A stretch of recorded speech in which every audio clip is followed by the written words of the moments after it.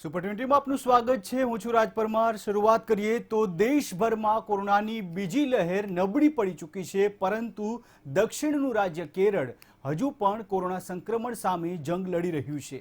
કોરોનાની સંભવિત ત્રીજી લહેરની ચેતવણી વચ્ચે એક સમય એવો હતો કે કેરળમાં કેસનો આંકડો ઓછો થવા લાગ્યો હતો, પરંતુ ઓણમ પર્વ પછી અહીં કોરોનાના કેસનો જાણે કે રાફડો ફાટ્યો છે।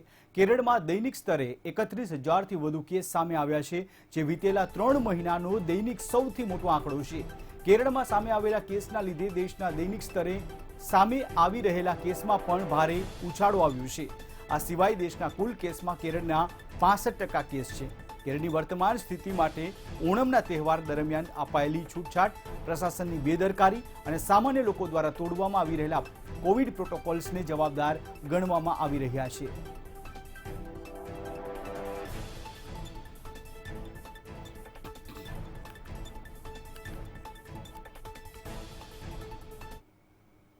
પંજાબમાં યોજાનારી વિધાનસભાની ચૂંટણી પહેલા જે રીતે પંજાબમાં કોંગ્રેસમાં આંતરિક વિખવાદ ભડકી ઉઠેલો છે, મુખ્યમંત્રી કેપ્ટન અમરિંદર સિંહ સામે પંજાબના કોંગ્રેસ અધ્યક્ષ નવજોત સિંહ તરફી ધારાસભ્યો બળવાના મૂડમાં દેખાઈ રહ્યા છે। ત્યારે કોંગ્રેસે આગામી ચૂંટણીમાં પણ સીએમ પદના ઉમેદવાર કેપ્ટન અમરિંદર રહેશે તેવો સંકેત આપ્યો છે।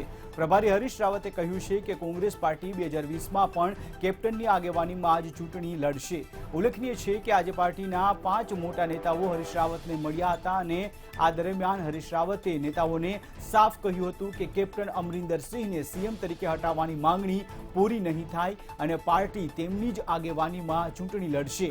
દરમિયાન આ 5 નેતા દિલ્હીમાં કોંગ્રેસના કાર્યકારી અધ્યક્ષ સોનિયા ગાંધીને પણ મળે તેવી પણ શક્યતાઓ દેખાઈ રહી છે। બળવાખોર નેતાઓના ગ્રુપે દાવો કર્યો છે કે હાઈકમાન્ડ સાથે ચર્ચા કરવામાં આવશે।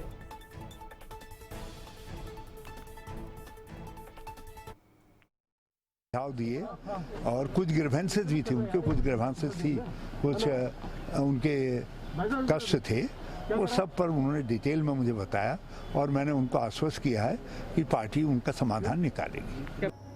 हमें आश्वासन दिया है कि और वो हमारी बातों से सहमत हुए हैं, इसलिए हम उनका आश्वासन लेकर वापस जा रहे हैं। वो हाईकमांड से बात करेंगे, हमें बुलाएंगे तो हम दिल्ली पहुंचेंगे। सो कांग्रेस में एक विधिवत तरीका है, अगर हम पंजाब में किसी बात से नाराज हैं तो हाईकमांड को अप्रोच करना होता है। उसके लिए जनरल सेक्रेटरी से सबसे पहले मिलना जरूरी है। तो आ तरफ हाईकमांड पण पंजाबમાં કોઈ નેતૃત્વ પરિવર્તન ઈચ્છતું નથી, કારણ કે પંજાબમાં ચૂંટણીને હવે 5 મહિના જેટલો સમય જ બચ્યો છે અને હાલ ઉકળતા ચરુ જેવી સ્થિતિને ડામવાની કોશિશ હાઈકમાન્ડને માત્ર 2 મહિનામાં ફરીથી કરવી પડી રહી છે। આંતરિક વિવાદને ટાળવા વચ્ચે હાઈકમાન્ડે સંકેત આપ્યા છે કે 2022ની ચૂંટણી પણ અમરિંદર સિંહના નેતૃત્વમાં જ લડવામાં આવશે। નવજોતસિંહ સિદ્ધુ કેમ્પના નેતાઓ પ્રભારી હરીશ રાવતને તો મળ્યા જ, પરંતુ હરીશ રાવતે પણ આકરા સંકેત આપ્યા છે કે સિદ્ધુને માત્ર કમાન સોંપી છે, નહીં કે સમગ્ર કોંગ્રેસ। ये जो लोग हैं ये अपनी कुर्सियां बचाने की दौड़ में हैं। एक बात तो मैं ये बता दूं, अगर उनको बदलने की बात करनी थी तो ये 4 साल क्या करते रहे। खुद ही बोलते हैं हमारे पास सबसे बेहतरीन हमारे पास महकमे थे। अगर ये काम उनको अच्छा नहीं लगा तो 4 साल पहले क्यों चुप बैठे रहे। आज कैप्टन अमरिंदर सिंह को उतारने की बात कर रहे हैं। मैं तो समझता हूं पार्टी को इन जैसे लोगों को बाहर करना चाहिए। ये जो लोग पार्टी में कहीं भी गए, ऐसे लोगों ने पार्टी को हमेशा तोड़ा है, जोड़ा नहीं। क्योंकि सिद्धू एक अलग परिवेश से आए हैं और हमने कई बातों को देख करके उनको पंजाब में कांग्रेस का दायित्व सौंपा है, अध्यक्ष पद का, क्योंकि हमको आगे के लिए भी देखना था, तो आगे की तरफ देख करके सौंपा है। और इसका अर्थ ये नहीं है कि पूरी कांग्रेस उनको सौंप दी है। છત્તીસગઢ કોંગ્રેસમાં બધું ઠીક નથી તેવી અટકળો વચ્ચે મુખ્યમંત્રી ભૂપેશ બઘેલે કહ્યું છે કે જેઓ રાજ્યમાં રાજકીય અસ્થિરતા લાવવાનો પ્રયાસ કરે છે તેઓ ક્યારેય સફળ નહીં થાય। સીએમ ભૂપેશ બઘેલનું આ નિવેદન કોંગ્રેસના વરિષ્ઠ નેતાઓ સાથેની બેઠક પહેલા આવ્યું છે। બઘેલ અને અસંતુષ્ટ મંત્રી ટી.એસ. સિંહદેવ ટૂંક સમયમાં સોનિયા ગાંધી સહિત ઘણા ટોચના નેતાઓ સાથે બેઠક કરવા જઈ રહ્યા છે. હાલમાં કોંગ્રેસના ભૂતપૂર્વ રાષ્ટ્રીય અધ્યક્ષ રાહુલ ગાંધીને મળ્યા બાદ મુખ્યમંત્રી ભૂપેશ બઘેલ અને મંત્રી ટી.એસ. સિંહદેવ દિલ્હીમાં ધામા નાખીને બેઠા છે. આ દરમિયાન કહ્યું કે જ્યાં સુધી સોનિયા ગાંધી નહીં કહે ત્યાં સુધી તેઓ રાજીનામું નહીં આપે. इस बात की खुशी है कि मुझे सोनिया जी और राहुल जी ने ये जिम्मेदारी दी और मैंने पहले भी कहा था उनका जब तक के आदेश है तब तक के मैं इस पद पे हूँ. जब वो कहेंगे इस पद का त्याग कर दूंगा. तो इसमें किसी को कोई संशय नहीं होना चाहिए.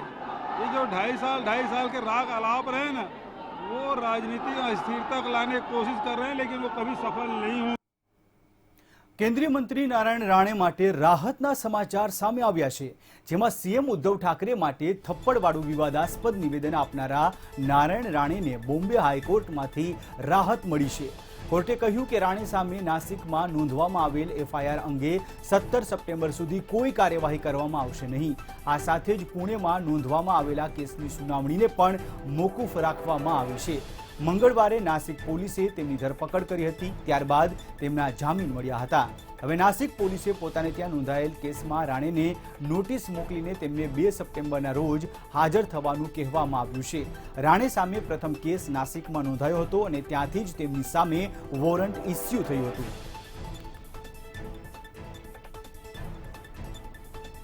તો જે રીતે રાણેને રાહત આપવામાં આવી છે, પુણેમાં નોંધાયેલા કેસ અંગે સુનાવણી મોકૂફ રાખવામાં આવી છે. ઉદ્ધવ ઠાકરે સામે થપ્પડવાળા નિવેદન બદલ તેમને જે રીતે અટકાયત કરવામાં આવી. રાણે વિરુદ્ધ અત્યાર સુધીમાં 4 એફઆઈઆર નોંધવામાં આવી છે.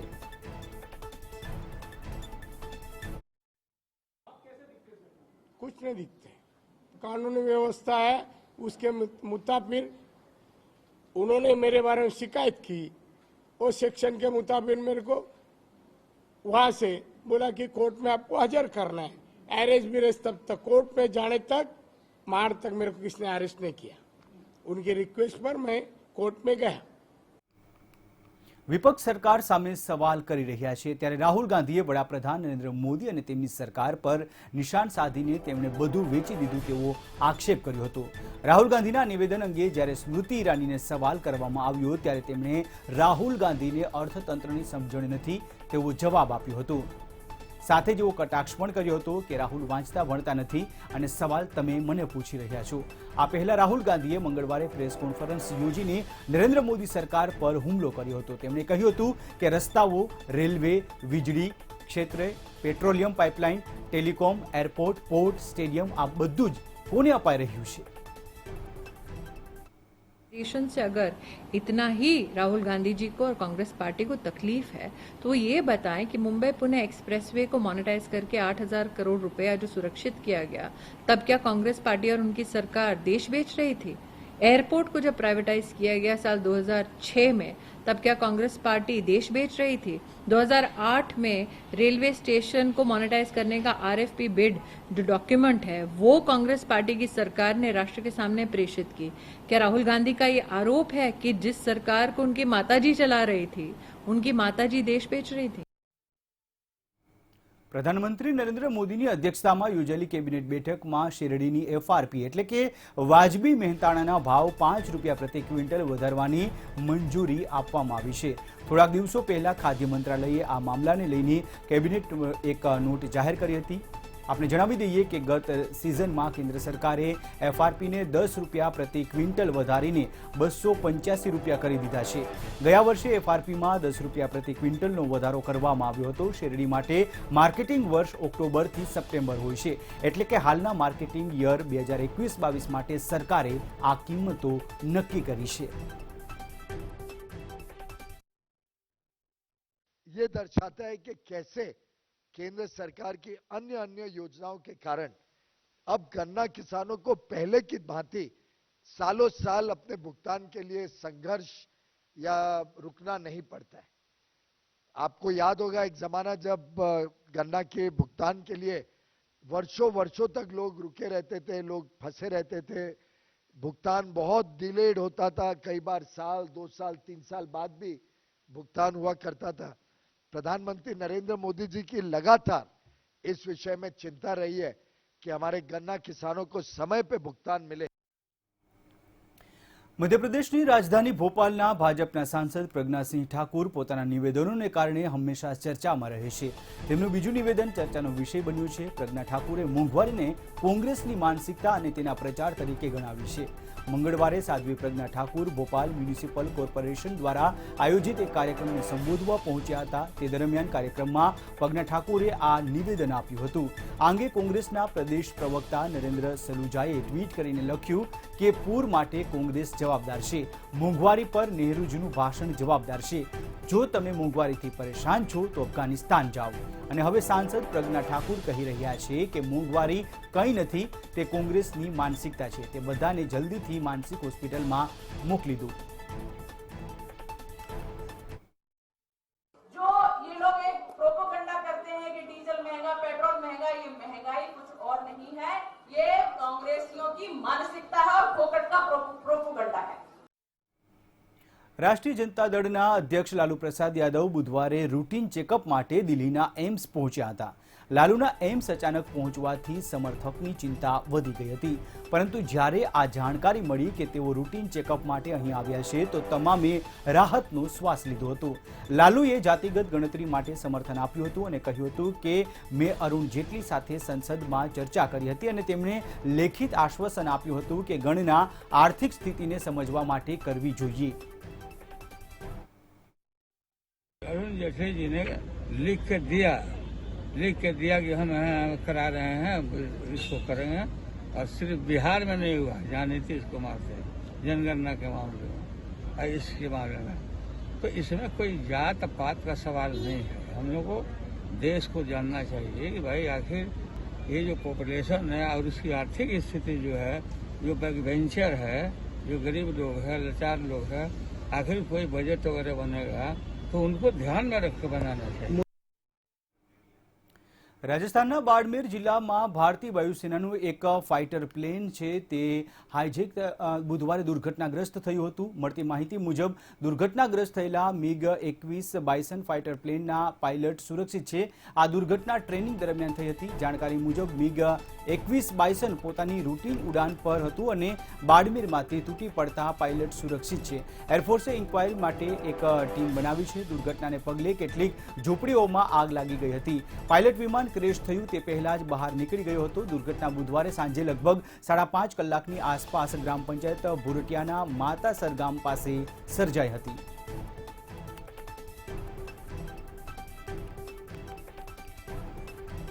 તો વર્ષ 2021માં ચોથું મિગ ફાઇટર જેટ છે તે ક્રેશ થયું છે। છેલ્લા 5 વર્ષમાં 483 મિગ જે ફાઇટર વિમાન છે તે ક્રેશ થયા છે। મિગ ક્રેશ થતા MiG-21 એટલે કે ઇન્ડિયન એરફોર્સનું બેકબોન ગણવામાં આવે છે। ત્યારે 5 વર્ષમાં 170થી વધુ પાયલટના મોત થયા છે। આપણે જણાવી દઈએ કે બાડમેર ક્રેશમાં 2 કિલોમીટર સુધી કાટમાળ પડ્યો હતો।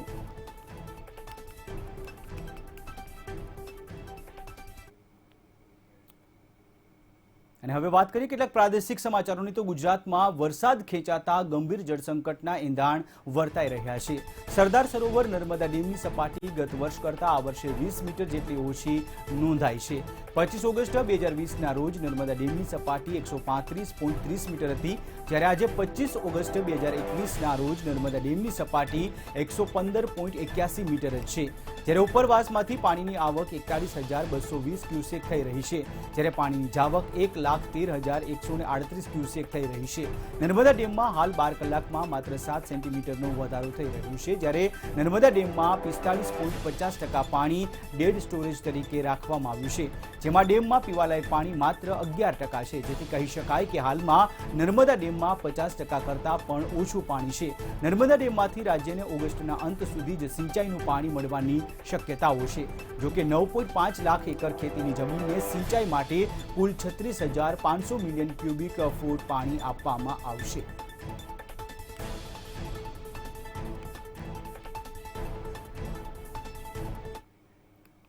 રાજકોટમાં આવકવેરા વિભાગ દ્વારા જાણીતા બિલ્ડરને ત્યાં દરોડા પાડવામાં આવ્યા છે, ત્યારે 2 દિવસથી રાજકોટના આરકે ગ્રુપ, ગંગદેવ ગ્રુપની ઓફિસ અને ઘરમાં આવકવેરા વિભાગ દ્વારા સર્ચ ઓપરેશન ચલાવવામાં આવી રહ્યું છે। ત્યારે આરકે ગ્રુપના અંદાજિત 100 કરોડના બિનહિસાબી વ્યવહારો સામે આવ્યા છે, જ્યારે ઘર અને ઓફિસમાંથી કિલોની માત્રામાં સોનું મળી આવ્યું છે, જ્યારે અમુક દસ્તાવેજમાં અનેક નામો ખુલે તેવી પણ શક્યતાઓ છે। બંને ગ્રુપ સાથે નાણાકીય વ્યવહાર કરનારને પણ નોટિસ આપવામાં આવશે અને નોટિસ આપવાની કામગીરી ઇન્કમટેક્સ વિભાગ દ્વારા શરૂ કરવામાં આવી છે, જ્યારે આરકે ગ્રુપના પ્રોજેક્ટમાં ખરીદી કરનારા નામો તથા નાણાં વ્યવહાર દર્શાવતી ડાયરી લાગતા આવકવેરાના અધિકારીઓએ ધડાધડ ફોન કરીને બોલાવવાનું શરૂ કર્યું હતું, જેથી આરકે ગ્રુપ સાથે કનેક્શન ધરાવતા લોકોમાં પણ ભારે ફફડાટ જોવા મળ્યો હતો। જ્યારે મોટા શંકાસ્પદ વ્યવહારો ખુલ્લા કરવા માટે આરકે ગ્રુપના પિતા પુત્રને અલગ કરીને તપાસ કરવામાં આવી રહી છે।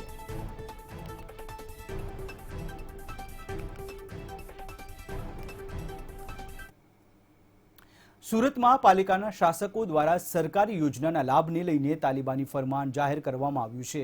સરકારી યોજનાનો લાભ લેવા માટે ભાજપ વોર્ડ પ્રમુખની સહી ફરજિયાત કરાઈ છે। સરકારી કોઈપણ યોજનાનો લાભ જનતાને જોઈતો હોય તો ભાજપના કાર્યકરોની સહી ફરજિયાત કરવામાં આવી છે।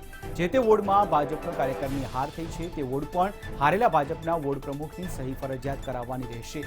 સરકારી સહાય માટે ભાજપ આગેવાનોની ફરજિયાત સહીથી સ્થાનિકોમાં રોષ જોવા મળ્યો છે।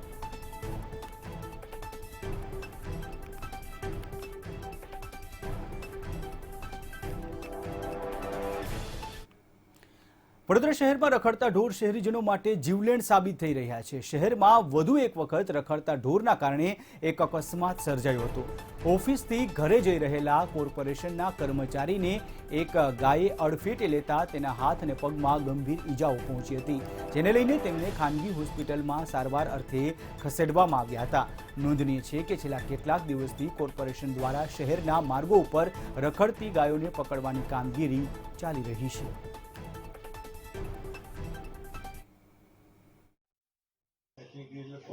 લગભગ 7:30 પોણા 8 ઓફિસથી નીકળ્યા અમે અને ઓફિસથી પાણી કે ડગબર ભાઈને ઉતારી અને સીધા ભાઈ ઘરે જતા હતા અને મહેશ કોમ્પ્લેક્સ પાસે પાણીપુરીવાળા હતા, શાકભાજીવાળા હતા અને ગાયોના ટોળા હતા, ત્યાંથી નીકળ્યા હતા અને ત્યાં ગાયો દોડાદોડી કરી અને ગાયોએ સીધી વડે ભેટી મારી। અમદાવાદ મહાનગરપાલિકાની હદમાં ભળેલા બોપલ વિસ્તારમાં મિલકતોની અકારણીની કામગીરી ચાલી રહી છે। બોપલના રહીશોને ટેક્સ કે આકારણી બાબતે કોઈ સમસ્યા હોય તો તેના નિકાલ માટે તંત્ર દ્વારા હેલ્પલાઇન નંબર જાહેર કરવામાં આવ્યો છે, જે નંબર પર અત્યાર સુધીમાં 300 મેસેજ આવી ગયા છે, જેમાં લોકોએ આકારણી બાબતે વિવિધ પ્રશ્નો કર્યા છે। બોપલમાં આગામી નવરાત્રી દરમિયાન પ્રોપર્ટી ટેક્સના બિલોની વહેંચણી કરવામાં આવશે। બોપલ વિસ્તારમાં 40,000 મિલકત આવેલી છે, જેમાં 80% મિલકતોની આકારણીનું કાર્ય પૂર્ણ કરી દેવામાં આવ્યું છે। બોપલ ગુમામાં કુલ મિલાકર 40,000 જેટલી પ્રોપર્ટી છે અને લગભગ 80% ઉપર એટલે કે 33,000 થી 34,000 જેટલી પ્રોપર્ટીના સર્વેનું આકારણીનું કામ લગભગ પરિપૂર્ણ થઈ ગયું છે। એક આશા છે કે નવરાત્રિની આજુબાજુ સુધીમાં બિલ પણ ઇસ્યુ કરી દેવામાં આવશે અને ખાસ કરીને આ વખતે એક નવીન પ્રકારે જે સમગ્ર અમદાવાદમાં પણ ભવિષ્યમાં આ એક સિસ્ટમ ચાલુ કરવાનું વિચારાઈ રહ્યું છે, તેવું એક નવીનતમ આઈડિયા એટલે કે કોઈને કોઈ પણ આકારણી રિલેટેડ ફરિયાદ હોય તો એક વોટ્સએપ નંબર ઇસ્યુ કરવામાં આવ્યો હતો। ખાસ કરીને આ વોટ્સએપ નંબર ઉપર કોઈ ફરિયાદ આવવાના કિસ્સા બહાર નથી આવ્યા, પણ જુદી જુદી ક્વેરીઝ આવી। નર્મદા જિલ્લા ભાજપ ઉપપ્રમુખ પર દુષ્કર્મનો આરોપ લાગ્યો છે। આદિવાસી યુવતીએ તિલકવાડા પોલીસ મથકે ઉપપ્રમુખ હિરેન પટેલ વિરુદ્ધ દુષ્કર્મની ફરિયાદ દાખલ કરાવી છે। ફરિયાદમાં ઉલ્લેખ છે કે ભાજપના આ નેતાએ યુવતીને લગ્નની અને નોકરીની લાલચ આપી હતી અને તેની સાથે અંગત પળો માણીને યુવતીની મરજી વિરુદ્ધ ફોટો અને વિડીયો ઉતારીને તેને વાયરલ કરવાની ધમકી આપી હતી।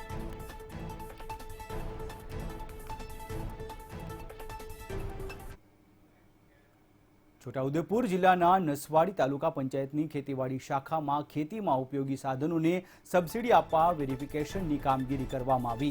39 ટ્રેક્ટર, પિકઅપ જીપ, રોટાવેટર અને સીડ્રીલ સહિતના 49 જેટલા સાધનો પર સબસિડી આપવામાં આવી। આ દરમિયાન મદદનીશ ખેતીવાડી નિયામક અને ખેતી વિસ્તરણ અધિકારી દ્વારા ખેડૂતોના સાધનોનું વેરિફિકેશન કરવામાં આવ્યું।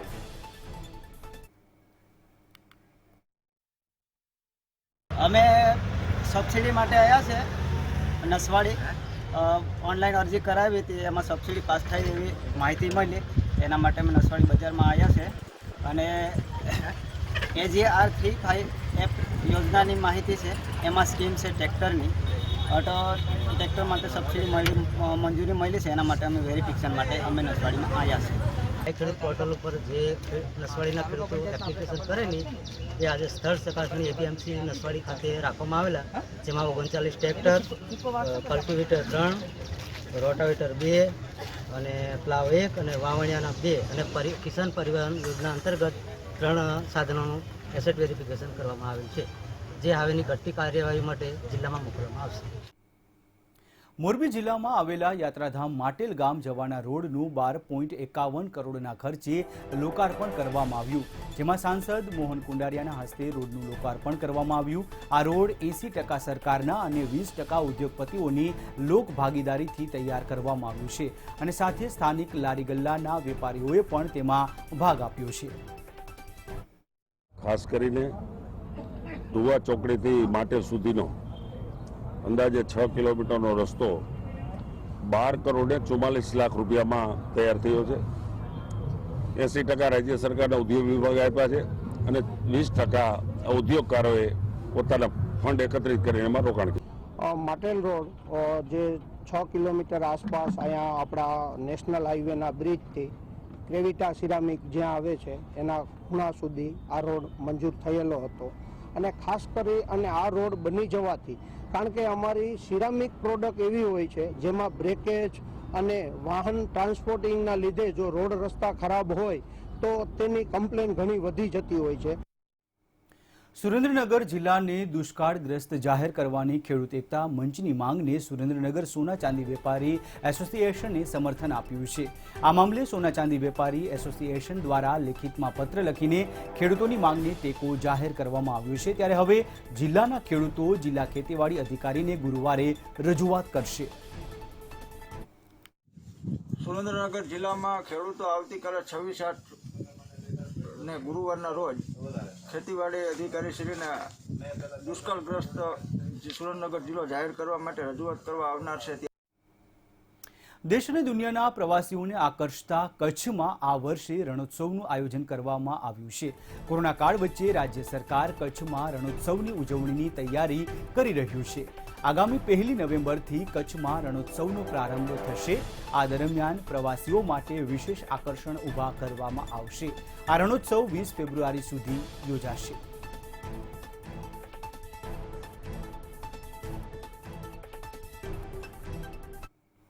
અને હવે જોઈએ આંતરરાષ્ટ્રીય સમાચારો સંક્ષિપ્તમાં।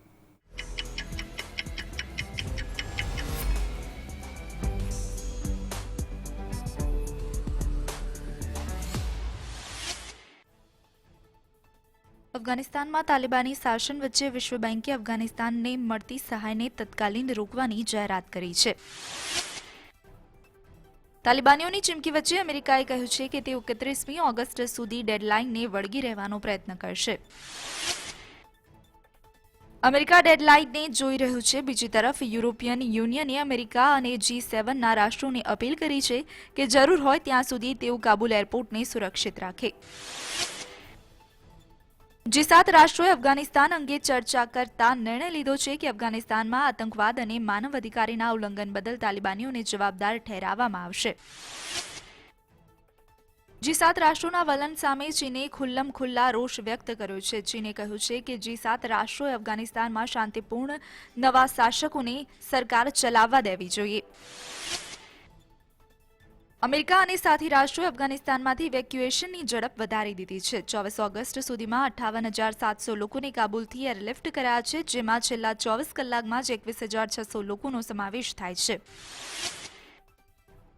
અફઘાનિસ્તાનમાં ઘર્ષણ અને બોમ્બમારાની સ્થિતિમાં ભાગી અને પાકિસ્તાન આવી ગયેલા સેંકડો અફઘાનિસ્તાનો હવે ફરીથી પોતાના દેશ પરત ફરવા માંગે છે। તેઓ બોર્ડર પર તેમને પરત આવવા દેવાની રાહ જોઈ રહ્યા છે। ફિલિપાઇન્સના વિવાદાસ્પદ રાષ્ટ્રપતિ રોડ્રિગો દુતેર્તે હવે આગામી ચૂંટણીમાં રાષ્ટ્રપતિ પદ માટે ઝંપલાવવાનું નક્કી કર્યું છે। 2022માં ફિલિપાઇન્સના સામાન્ય ચૂંટણી છે। ઈરાનમાં છેલ્લા 24 કલાકમાં જ 40,000થી વધુ નવા કેસ નોંધાયા છે. ઈરાનમાં કુલ કેસ 47 લાખને પાર થઈ ગયા છે. ઇન્ડોનેશિયામાં છેલ્લા 24 કલાકમાં નવા 19,000 કેસ નોંધાયા છે. આ સાથે જ ઇન્ડોનેશિયામાં કુલ કેસનો આંકડો હવે 40 લાખને પાર થઈ ગયો છે. આંકડો પાર કરનારો ઇન્ડોનેશિયા વિશ્વનો 13મા ક્રમે છે.